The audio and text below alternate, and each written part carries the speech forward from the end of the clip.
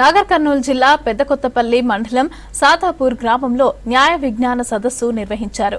Kollapur legal services committee ఆధ్వర్యంలో నిర్వహించిన ఈ కార్యక్రమానికి ముఖ్య అతిథిగా జడ్జి ఉపనిషద్వాని పాల్గొన్నారు. ఇక న్యాయానికి గొప్ప బీద తేడా లేదని, న్యాయం దృష్టిలో అందరూ సమానులేనని చెప్పారు జడ్జి ఉపనిషద్వాని.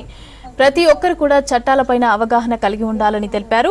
బీద బలహీన వర్గాలందరికీ కూడా న్యాయ విధానం అందుబాటులోకి తేవడం కోసం ఉచిత న్యాయ సహాయాన్ని అందించాలని నిర్ణయించామని తెలిపారు జడ్జి.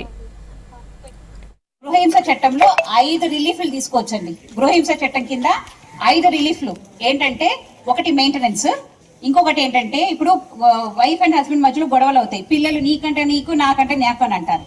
కస్టడీ పిటిషన్ కూడా వేసుకోవచ్చు. పిల్లోడు నాకు కావాలి, పాప నాకు కావాలని చెప్పి కస్టడీ పిటిషన్ వేసుకోవచ్చు. ఇంకోటి ఏంటంటే, మామూలుగా భార్య భర్తల మధ్యలో గొడవలు అయినప్పుడు గొడవలు అవుతాయి, తన్నులు పడతాయి, అవి అవుతుంటాయి సహజంగా. దానివల్ల గాయాలు అవుతుంటాయి. నాకు ఇంత మానిటరీ లాస్, నాకు ఈ దెబ్బల వల్ల నేను ఉద్యోగానికి వెళ్ళలేదు, ఇలా ఇంట్లోనే కూర్చోవాల్సి వచ్చింది, నాకు ఇంత లాస్ అయింది. Protection custody, monetary, maintenance, protection అంటే ఏంటంటే, తరచు ఇప్పుడు హస్బెండే కాదు, అటు అత్త, మామ, ఆడపడుచు భర్తలు అందరూ వచ్చి గొడవ పడుతూ ఉంటారు ఫ్రీక్వెంట్ గా.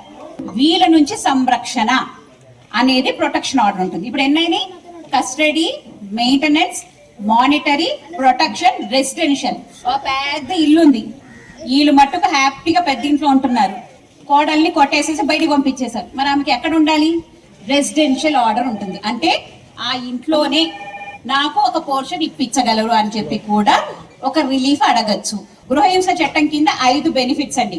ప్రొటెక్షన్ ఆర్డర్ తీసుకోవచ్చు, సంరక్షణ కోసం తీసుకోవచ్చు, రెసిడెన్షియల్ ఇంట్లో హక్కు కోసం తీసుకోవచ్చు, పిల్లల కస్టడీ తీసుకోవచ్చు, మెయింటెనెన్స్ తీసుకోవచ్చు.